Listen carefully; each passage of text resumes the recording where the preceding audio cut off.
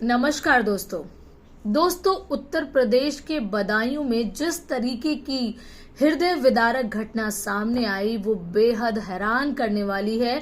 न सिर्फ बदायूं बल्कि पूरा देश इस हत्याकांड से दहल गया है।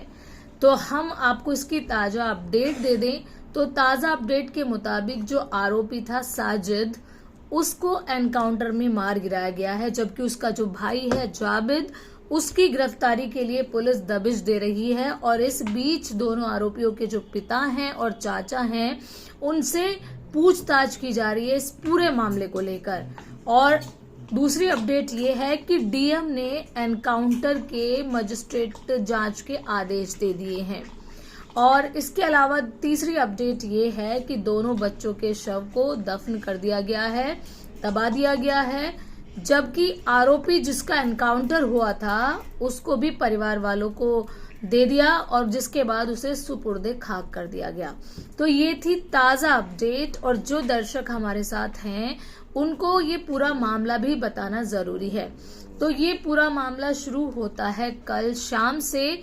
पीड़ित माँ का जो कहना है, उनका जो स्टेटमेंट है, उसके बिहाफ पर जो आरोपी साजिद है वो मोहल्ले में ही नाई की दुकान चलाता है और बच्चे, जो वो 3 बच्चे थे, आयुष, अरहान और एक बेटा और है महिला का, जो इस हादसे में बच गया या कहो इस हत्याकांड में वो खुद को बचाने में कामयाब रहा। ये सब एक ही मोहल्ले में रहते हैं। पीड़ित परिवार जो है उसकी जो महिला है वो एक कॉस्मेटिक और पार्लर चलाती है और जो आरोपी था साजिद और जाबिद, ये उसके ठीक घर के सामने नाई की उनकी दुकान है, यानी कि सैलून चलाता है। तो जानकारी के मुताबिक और पीड़ित महिला का जो कहना है उसके अकॉर्डिंग शाम करीब 6 बजे साजिद इनके घर आता है और कहता है कि उसे अपनी वाइफ के बालों में लगाने वाला क्लचर चाहिए। जाहिर सी बात है, महिला कॉस्मेटिक की दुकान चलाती थी तो उसने उसको बोल दिया कि हाँ भैया आप ले जाइए। थोड़ी ही देर बाद साजिद का कहना है कि उसकी बीवी को बच्चा होने वाला है और उसे 5,000 रुपए की जरूरत है। ऐसे में जो महिला है उसका पति पिछले कई दिनों से जो है वो बदायूं में नहीं था। उसने उसको फोन लगाया और कहती है कि साजिद 5,000 रुपए मांग रहा है, उसकी बीवी को बच्चा होने वाला है।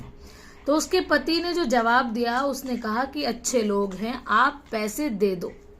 लेकिन इसी बीच जो साजिद है वो महिला से कहता है कि उससे वक्त काटे नहीं कट रहा है और वो बहुत ज्यादा बेचैन है, तो मैं वो यहाँ बैठ सकता हूँ, मैं बैठ के वक्त निकाल सकता हूँ। तो महिला जो पीड़ित है उसने आरोपी को ढांढस बंधाया और बोला कि आप बैठ जाइए, ये वक्त भी गुजर जाएगा। और इस बीच वो चाय बनाने चली जाती है। जो आरोपी था साजिद इसी बीच मौका पाकर छत पर खेल रहे दोनों बच्चों के पास पहुंचता है और उनकी छुरे से काटकर निर्मम हत्या कर देता है।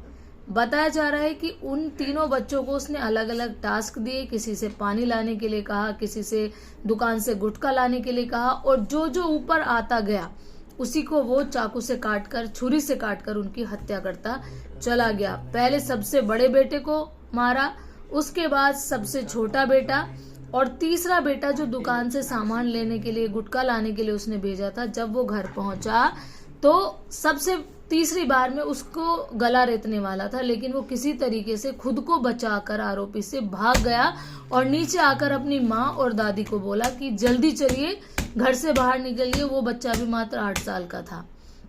तो इस तरीके से पूरा परिवार घर से बाहर निकला और बाहर खड़ा हुआ था उसका भाई जाबिद। जाबिद ने जब देखा कि इस तरीके का माहौल हो गया, उसके भाई की कारस्तानी पकड़ी गई है, तो वो मौके से भाग गया और पूरे परिवार ने बाहर से गेट बंद करके मोहल्ले को इकट्ठा कर लिया। इस बीच पुलिस आती है और साजिद को पकड़कर ले जाती है, लेकिन जानकारी के मुताबिक इस दौरान उसने भागने की कोशिश की और पुलिस पर फायरिंग की, जिसके जवाब में एनकाउंटर किया गया और आरोपी ढेर हो गया। और जबकि उसका जो भाई है उसकी तलाश पुलिस कर रही है। तो ये था पूरा मसला और आज ये बहुत हृदय विदारक घटना थी, जिससे पूरा का पूरा न सिर्फ परिवार सदमे में है, और हाँ, इस बीच एक जानकारी और दे दें कि इस पर राजनीति भी शुरू हो गई है।